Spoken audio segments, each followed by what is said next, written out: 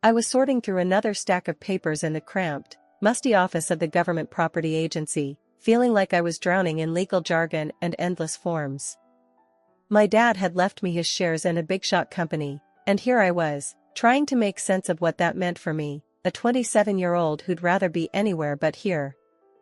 The clerk on the other side of the desk was a guy named Alex, a young man with a tired look that seemed to say he'd seen too many people like me. He shuffled through my paperwork, his eyes not quite meeting mine. "So, Melissa, you're the lucky one inheriting a fortune, huh?" His voice was flat, but I detected a hint of something else. Was it curiosity? Lucky? Feels more like I've inherited a headache. I tried to smile, but it felt forced. I have no clue about half of these documents. Alex looked up, a genuine smile cracking his weary demeanor. "Yeah, it's a mess, isn't it? But don't worry, I'll walk you through it. We'll get it sorted." As we went through the documents, his patience was surprising. Most clerks just wanted you out the door, but Alex took his time explaining each form, what it meant, and what I needed to do. It was refreshing. "Thanks, Alex. I didn't expect to find someone who actually cares in a place like this," I said, once we were done. He shrugged, the corners of his mouth turning up slightly. "We're not all robots yet. Besides, it's a nice break from the usual. Helping someone's a good feeling, you know?" I laughed, the sound brighter than anything I'd felt since stepping into this bureaucratic maze. "I guess I owe you one then. Coffee? My treat, as a thank you for not letting me drown in paperwork." "Coffee sounds great, but it's my treat. You've got enough on your plate with all this inheritance stuff," Alex countered, standing up and gathering the now neatly stacked documents. Walking out of the office felt different. The burden of paperwork was still there, but lighter somehow. Alex led the way to a nearby cafe, a small, cozy place that felt worlds away from the sterile government office. As we sat down with our coffee, the conversation flowed easily. We talked about everything and nothing, work, hobbies, how life can throw curveballs when you least expect it. "You know, I never thought I'd meet someone like you in a place like that." "Someone real," I found myself saying. Alex raised an eyebrow, a smirk playing on his lips. "Someone real? What, you thought I was a government-issued robot designed to make your life miserable?" I chuckled, shaking my head. "No, it's just, everyone seems so caught up in their own stuff. It's rare to find someone who listens, who actually sees you, you know?" He nodded, taking a sip of his coffee. "I get it. Life's too short to be anything but real, especially with people. We're all just trying to figure it out, one day at a time." Our story didn't start with love at first sight or grand gestures. It started with shared smiles, genuine kindness, and a cup of coffee. And sometimes, that's all it takes to turn a regular day into the beginning of the rest of your life. After that day at the cafe, things between me and Alex took off faster than I could have imagined. It wasn't long before we were seeing each other outside of all that legal and paperwork mess. One evening, sitting on my old, comfy couch with takeout boxes scattered around, Alex brought up the idea that would change everything. "Hey, I've been thinking," he started, a bit hesitant, which wasn't like him at all. He was always so full of confidence, his ideas bold and out there. "With your inheritance and my knowledge of the market, we could start something on our own. Something big." I paused, a piece of pizza halfway to my mouth. "Start something? Like what, a business?" The idea seemed crazy. Sure, I had money now, but business was a whole different game. "Yeah, a business. Hear me out." He leaned forward, his eyes lighting up the way they always did when he was excited about something. "We both know the agricultural sector is booming. What if we dive into that? Start a wholesale warehouse for spare parts or something. It's in demand, and with your capital and my connections, we could really make a mark." I set my pizza down, intrigued despite myself. "But I don't know the first thing about running a business, Alex." "And what about your job?"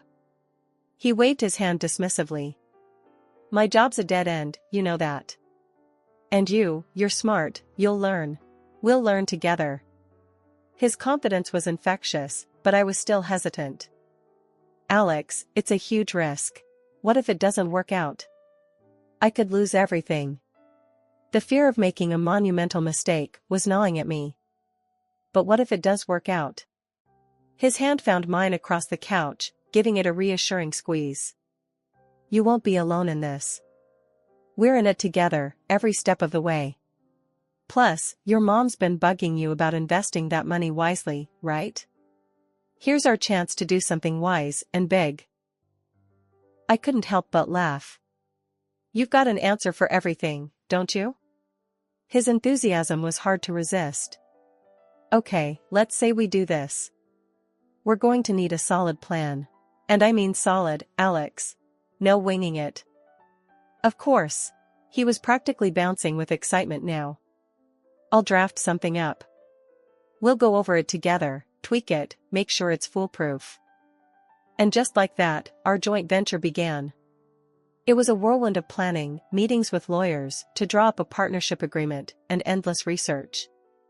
My head was spinning most days, but seeing Alex so passionate and dedicated was all the reassurance I needed. Before we got married, Alex insisted we sign a prenuptial agreement. It's just practical, he said one night as we were going over some business plans. In case things go south, we both know where we stand. Everything split in half, clean and simple. I nodded, understanding his point, but wanting to add my own condition. All right, I get it. But I want something in there too. If one of us cheats and that leads to divorce, the cheater loses their share in the business. He looked at me, surprised, but then nodded. Fair enough. I love you, and I'm not going to cheat on you. So, yeah, let's add it. It was a tough conversation, but it felt right. Setting clear rules felt like we were laying a strong foundation, not just for our business, but for our relationship too. The day we signed the lease for our warehouse space was surreal. Standing there, looking at the empty building that would soon be bustling with our business, I felt a mix of terror and exhilaration. We're really doing this, aren't we? I said, more to myself than to Alex. He came up behind me, wrapping his arms around my waist. We're doing this. And it's going to be amazing. You and me, we're going to build something great here. I leaned back into his embrace, allowing myself to believe in the dream we were building. It wasn't just about the business, it was about us, taking on the world together. Little did I know, the challenges ahead would test us in ways I never expected. But in that moment, all I felt was hope and the thrill of starting something new with the man I loved. The buzz of our warehouse was like music to my ears, the shelves stacked with parts, orders coming in and going out. Alex and I, we were riding the high of our success. Our little venture into the world of agricultural spare parts was booming, profits climbing higher than either of us had dared to dream. It was a rush, seeing something we built from the ground up flourish like this. But with growth came growing pains. We need more hands on deck, I said one evening, poring over orders and invoices that seemed to multiply by the hour. I can't keep up with the paperwork on top of everything else. Alex, ever the cautious one, frowned at the suggestion. I don't know, babe. Hiring more people means trusting outsiders with our baby. Can't have just anyone poking around our finances and legal stuff. I got where he was coming from, but something had to give. So, what, you want me to do it all? I'm already swamped as it is. He looked at me, a mix of apology and determination in his eyes. I was thinking, maybe you could take some courses? Get certified in accounting and legal management? It'd keep things tight, just between us. The thought of going back to school on top of running a business felt overwhelming, to say the least. Seriously? When am I supposed to find the time for that? At night? Weekends? He suggested, as if it were that simple. Look, I know it's a lot, but we've got to protect what we've built. You're brilliant, babe. You'll ace it in no time. So, that's what I did. By day, I was the co-owner of a thriving business, and by night, a student once again. It was exhausting, juggling books with balance sheets, but I was determined to keep our dream alive. As the business expanded, so did my responsibilities. I became the backbone of our operations paperwork maze, handling everything from document management to accounting and legal issues. Alex took charge of the finances, contract negotiations, and steering the company's growth, which meant he was on the road a lot, leaving me to hold down the fort. One night, with Alex away on a trip and me buried under a mountain of work, I couldn't help but feel the weight of it all. This isn't what I signed up for, I muttered to myself, staring at the computer screen long after the office had gone dark. The phone rang, breaking the silence. It was Alex, checking in from wherever his meetings had taken him. "Hey, how's my superstar manager doing?" I sighed, rubbing my tired eyes. "Drowning in paperwork, if you must know." "This is insane, Alex. I can barely keep my head above water." There was a pause on the line. "I'm sorry, babe. I wish I could be here to help. But you're killing it, you know that? I couldn't do this without you." His words were meant to comfort, but they felt like a reminder of the chasm between us, growing wider with every business trip he took.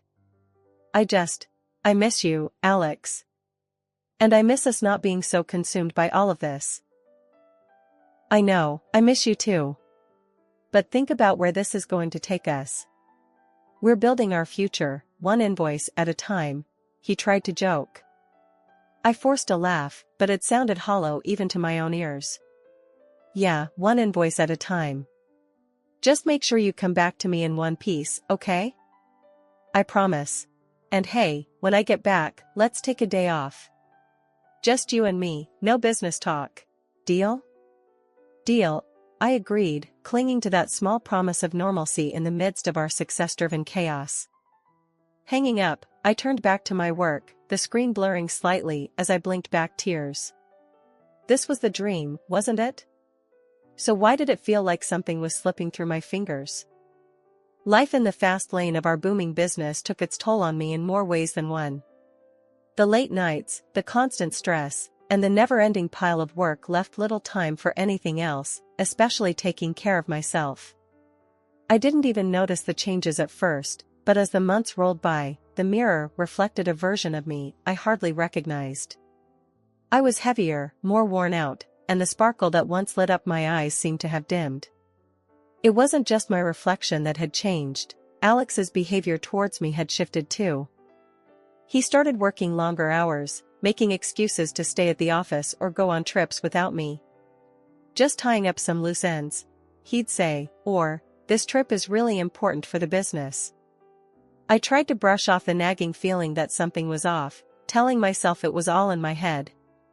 Then came the party with his business partners. I was actually looking forward to it, a chance to step away from the work and maybe even reconnect with Alex amidst our hectic schedules. But when I mentioned it, his reaction caught me off guard. "Look, I don't think it's a good idea for you to come," he said, not meeting my eye. I was stunned. "What? Why not? I thought we were both invited." He sighed, a look of discomfort crossing his face. "It's just, the wives of the partners, they're all, very polished. And you've changed. I don't want you to feel out of place. It might be better if I go alone." His words hit me like a slap in the face. Changed? Out of place? Since when did appearances matter more to him than us being together? "So, what, you're ashamed of me now?" The hurt was evident in my voice, mixing with a rising anger. "It's not like that," he said quickly, "but the damage was done. I'm just thinking about what's best for the business, that's all." I couldn't believe what I was hearing. This wasn't the Alex I fell in love with, the one who used to tell me I was beautiful no matter what. Now, here he was, embarrassed by me, by the very real signs of the life and work we had shared. "If that's how you see me, then go. Enjoy your party," I spat out, the words tasting bitter. He tried to say something else, probably to backtrack or smooth things over, but I was done listening. I turned away, feeling a mix of heartbreak and disgust. That night, as he went off to mingle and laugh with our polished associates, I stayed home, crying over the unspoken cracks in our marriage that had finally, painfully, come to light. The tension in our house grew thicker with each passing day, turning from a place of love and shared dreams into a battlefield. The party incident had left a gaping wound in our relationship, and things only went downhill from there. Alex, the man who once looked at me like I was the only woman in the world, started finding fault in everything I did, especially about my looks. One evening, as I was trying to unwind after another grueling day at work, he walked in, his face set in that now familiar look of disapproval. "Here," he said, tossing a brochure onto the coffee table. It was a membership for a local fitness club. "Thought you could use this. Might help with, you know." He gestured vaguely at me. I stared at the brochure, then up at him, feeling a mix of anger and hurt. "What's that supposed to mean?" I asked, though I already knew the answer. "It means maybe it's time to do something about how you look. You're not exactly the woman I married anymore." He shot back, his words like daggers. I tried to shrug off his cruel comment, to show him that his words didn't hurt me, but they did. Deeply. "Alex, you know how swamped I am with work. When am I supposed to find the time to go to a gym?" "That's just an excuse," he retorted, his patience thinning. "If you cared enough, you'd make the time. But no, you'd rather just sit around and what? Do the job that keeps our business running? The job you're too busy to help with, because you're always out networking?" I couldn't keep the bitterness from my voice. He scoffed, turning away. "You know, I'm getting tired of your attitude. It's not just about the work. You've let yourself go, and it's embarrassing." I was speechless, the hurt turning into a deep-seated anger. How could he say such things? How could the man I loved, the man I built a life with, be so callous? But it didn't stop there. His comments became more frequent, more hurtful. He called me lazy, fat, a shadow of the woman he'd married. Each word chipped away at my self-esteem, at my very sense of self. I began to avoid mirrors, to shy away from his touch, feeling unworthy and unlovable. And then, there were the nights he didn't come home. The first time it happened, I was worried sick. By the third time, I was numb. When I dared to ask where he'd been, he'd snap. "It's none of your business. Just focus on what you're supposed to do." In the depth of my turmoil, I reached a point where the weight of silence became unbearable. My voice, shaky but determined, finally broke the silence one evening. "I can't live like this anymore," I admitted to Alex, my heart pounding against my chest. "We need to talk about divorce, about how we're going to handle the business." The idea of splitting everything we built together was daunting, but necessary for my peace. Alex's reaction was a mix of rage and disbelief. "You want to walk away now?" he thundered. "After all I've put into this? You think you're entitled to half?" His words, sharp and cutting, were meant to intimidate, to make me second-guess my worth. "I built this company. You're nothing without me," he sneered, his words echoing off the walls, a painful reminder of how far we'd drifted apart. His threats of dragging me through a legal nightmare didn't deter me as he thought they would. Instead, they crystallized my resolve.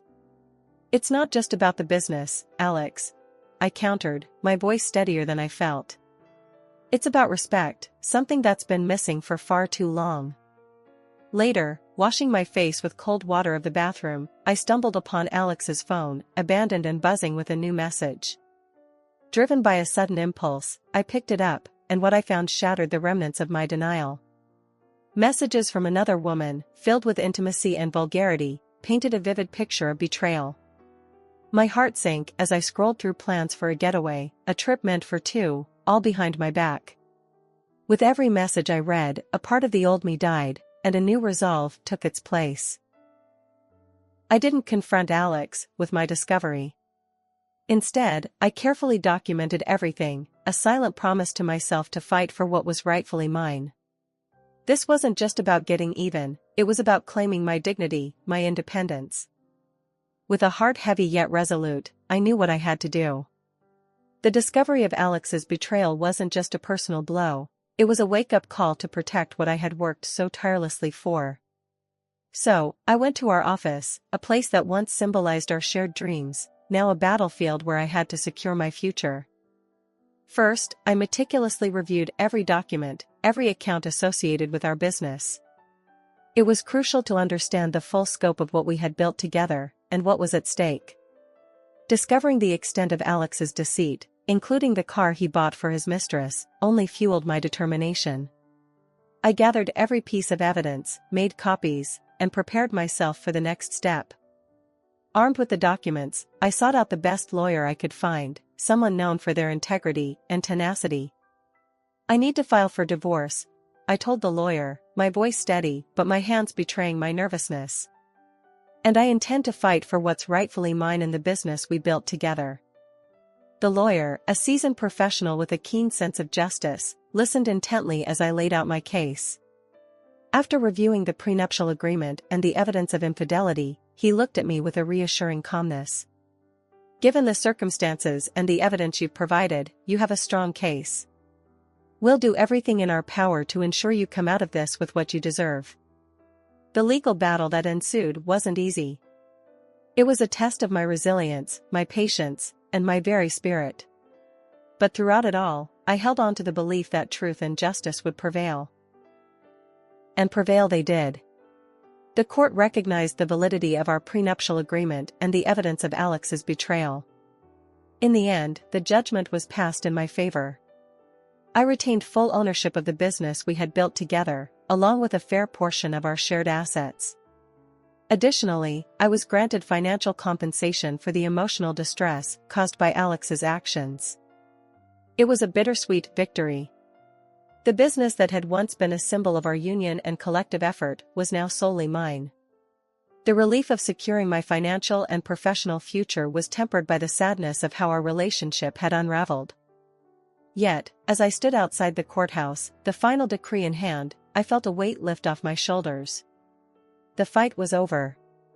I had stood up for myself, fought for what was right, and emerged victorious. It wasn't just about the business or the assets. It was about reclaiming my dignity and self-worth. A month had flown by since the court's decision. I was in the middle of reviewing some new contracts when my phone rang. The caller ID flashed Alex's name, a name I hadn't seen or thought about in weeks. Hesitating for just a moment, curiosity got the better of me, and I answered. "Hey, Melissa, it's me." Alex's voice came through, laced with a kind of forced cheerfulness. "I've been thinking about us, about everything that happened. I'm really sorry, you know? I messed up big time. I messed up big time." I couldn't help but let out a short, incredulous laugh. "You're sorry? Now? After everything?" "Yeah, I know it's late, but, listen, I'm in a bit of a tough spot right now," he continued, his voice taking on a desperate edge. "The thing with, it didn't work out. And I'm struggling to find a job. I was hoping, maybe you could help me out? Give me a job at the company?" His audacity left me speechless for a moment. The man who had betrayed me, who had threatened to take everything from me, was now asking for a favor. It was almost laughable. "Alex, let me get this straight," I said, my voice calm but firm. "You cheat, you lie, you try to drag me through the mud, and now you want me to give you a job? You've got some nerve." I know, it sounds bad, but I'm really in a bind here," he pleaded. "I'll take anything, really. I just need a chance to get back on my feet." I took a deep breath, feeling a sense of clarity and resolve wash over me. "Alex, the answer is no. I've moved on. The company is doing great, better than ever, actually. And that's without you. I suggest you do the same, move on." There was silence on the other end of the line for a few moments. "So, that's it, then? You're just going to leave me hanging? Goodbye, Alex." I ended the call and, without a second thought, blocked his number. It was a symbolic gesture, but an important one. I was closing that chapter of my life for good. In the weeks and months that followed, I poured my energy into the company. Sales were up, we were breaking into new markets, and I had signed several lucrative contracts with new partners. The business was thriving, and so was I. Looking back, I realized that Alex's betrayal, while devastating, had been a catalyst for change. It forced me to reevaluate my life, my values, and my ambitions. I emerged from that tumultuous period not as a victim, but as a victor, fully in control of my destiny.